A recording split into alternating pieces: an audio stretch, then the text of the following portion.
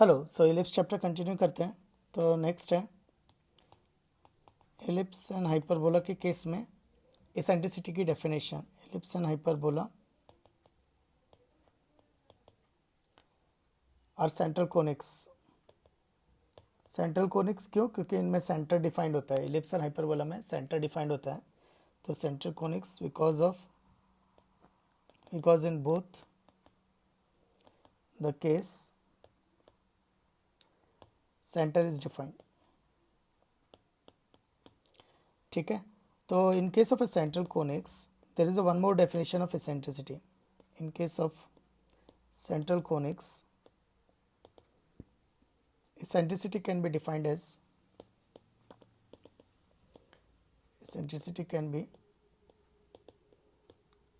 as E is equal to C by A. E is equal to C by A.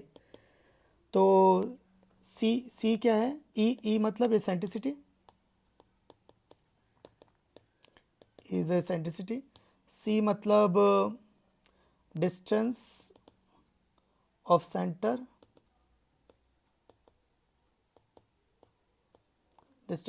from focus.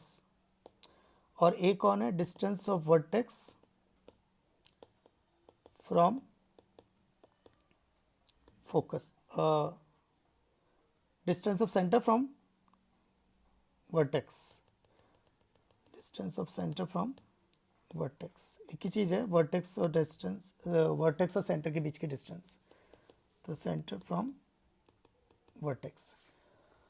तो कैसे देख सकते हैं कि हम लोगों ने जो एलिप्स डिफाइन किया था, तो एलिप्स, ये जो एलिप्स है, तो इसमें जो फोकस S1 था, S2 था, तो ये जो डिस्टेंस है वो C है और ये जो डिस्टेंस है वो A है। तो इसेंट्रिसिटी कितनी हो गई? C by A। तो इस केस में क्या होता है? C A से छोटा है तो A C से बड़ा है, तो इसेंट्रिसिटी 1 से छोटी है, लेकिन इसेंट्रिसिटी इज अ रेशियो, तो ग्रेटर देन 0। तो in case of ellipse eccentricity is greater than 0 less than 1। तो इसेंट्रिसिटी की डेफिनेशन हो जाएगी distance of centre from focus and distance of centre from vertex. तो यहाँ पे वर्टेक्स होता है, यहाँ पे फोकस होता है और ये पे सेंटर होता है। तो this is a centre, this is focus and this is vertex. ठीक है। तो ये हो गई इसेंट्रिसिटी की डेफिनेशन। अब इससे एक और चीज़ पता चली कि E is equal to C by A, तो C is equal to AE। तो हमने जो फोकाई डिफाइंड किए थे, फोकाई S1 एंड S2, तो वो हमने डिफाइन किए थे plus minus C comma 0। Now they will become plus minus AE comma 0। So there is no more C। तो अब क्या क्या चलेगा? AEB चलेगा, AEB चलेगा। तो अब कोई C नहीं चलेगा। तो अब तुम सब जगह क्या कर सकते हो? AEB यूज कर सकते हो। A ये तो सेंटर की वर्टेक्स से distance, E eccentricity, B centre की माइनर एक्सिस के एंड पॉइंट से डिस्टेंस। तो E क्या बताएगा वो भी और अपन देखेंगे। E इसेंट्रिसिटी क्या बताती है, एलिप्स के फ्लैटनेस के बारे में किस तरह से बताती है, वो भी हम लोग डिस्कस करेंगे। तो अभी इंपॉर्टेंट है कि C की जगह AE हो गया, तो फोका है अब हो गया प्लस माइनस AE कॉमा 0। तो there is no more C।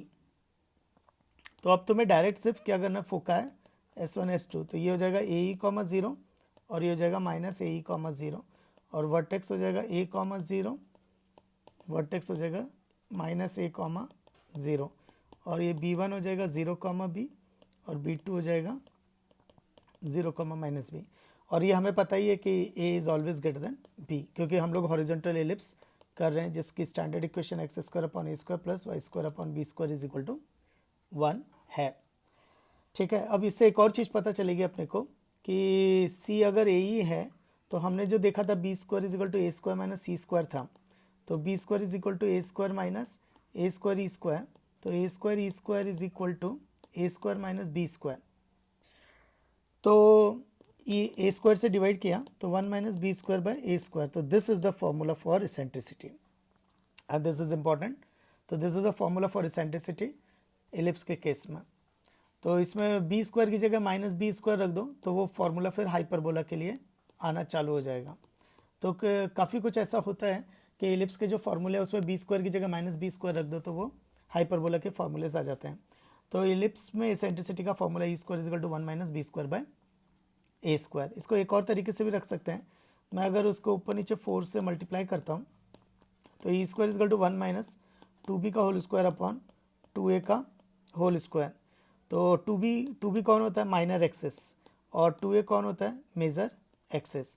तो तुम इसको इस तरह से भी ध्यान रख सकते हो, E square is equal to 1 minus minor axis का स्क्वायर अपॉन मेजर एक्सेस का स्क्वायर। नेक्स्ट डिस्कस करते हैं इसेंट्रिसिटी क्या बताता है। So eccentricity measures the degree of flatness, measures the degree of flatness। तो ये किस तरह से मेज़र करता है ये अपने को समझना है। तो ये किस तरह से मेज़र करता है तो ये अपने को समझना है। तो ये हो गया अपना कोऑर्डिनेट एक्सिस, ये हो गया अपना एलिप्स, ठीक है, and the two fix point S1 and S2 minus plus a comma 0 minus a comma 0, vertex अपना A1 A कॉमा 0 और vertex A2 minus A comma 0। So eccentricity का फॉर्मूला तो अपना इलिप्स का इक्वेशन तो x square upon a square plus y square upon b square is equal to 1। तो eccentricity का formula e square is equal to 1 minus b square by a square. तो ये अपना फॉर्मूला आ गया। अब देखते हैं कि इसेंट्रिसिटी क्या करेगी। तो इसेंट्रिसिटी 0 से 1 होता है इलिप्स के केस में। तो इसेंट्रिसिटी अगर 1 की तरफ जाएगा तो क्या होगा, तो इसेंट्रिसिटी अगर 1 की तरफ जाएगी तो क्या होगा, अगर इसेंट्रिसिटी 1 की तरफ जाएगा, अच्छा अपने फोकाई होते हैं, फोकाई होता है plus minus a comma 0 and vertex होते हैं अपने प्लस माइनस ए कॉमा 0। तो इसेंट्रिसिटी अगर 1 की तरफ जाएगी तो फोकाई, तो इसेंट्रिसिटी अगर 1 की तरफ जाएगी तो फोकाई क्या बनेंगे, तो फोकाई फिर वर्टेक्स की तरफ जाएंगे। क्यों, क्योंकि इसेंट्रिसिटी अगर 1 की तरफ जा रही है तो प्लस माइनस ए की तरफ जाएगा। तो फोकाई क्या करेंगे, ये वर्टेक्स की तरफ जाएंगे। तो फिर इलिप्स क्या करेगा, तो देखो इसेंट्रिसिटी अगर 1 की तरफ है तो यानी b बाई ए 0 की तरफ है, तो b 0 की तरफ है, तो b 0 की तरफ जा रहा है तो यानी ये नीचे आ रहा है। तो इलिप्स क्या करेगा, फिर फ्लैट होता जाएगा। तो जैसे जैसे इसेंट्रिसिटी 1 की तरफ जाएगी तो इलिप्स और फ्लैट होता जाएगा। तो जैसे देखो, अगर मैं देखूँ तो इलिप्स इस तरह से फ्लैट होता जाएगा। तो ये b कम होता जाएगा इसका, और फोकाई वर्टेक्स की तरफ जाएंगे।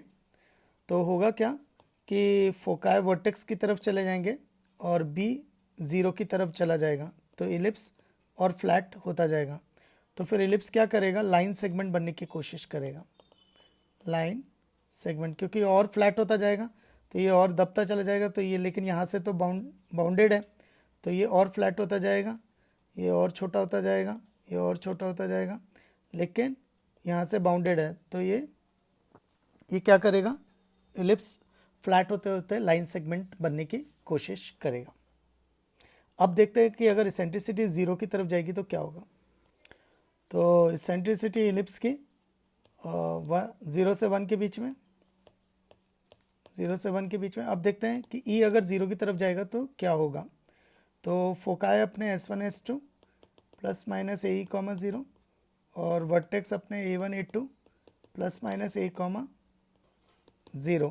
तो अगर ई 0 की तरफ जाएगा तो फोकाई सेंटर की तरफ जाएंगे। क्यों, क्योंकि फिर प्लस माइनस ए कॉमा 0 फिर वो 0 कॉमा 0 की तरफ जाएगा, क्योंकि ई 0 की तरफ जा रहा है तो ये 0 कॉमा 0 की तरफ जाएगा। नेक्स्ट इसेंट्रिसिटी 0 की तरफ जा रही है तो यानी b बाई ए, ये फॉर्मूले से, तो b बाई ए 1 की तरफ जाएगा, और b बाई ए 1 की तरफ जाएगा यानी b a की तरफ जाएगा। तो इसका मतलब इलिप्स सर्किल बनने की कोशिश करेगा।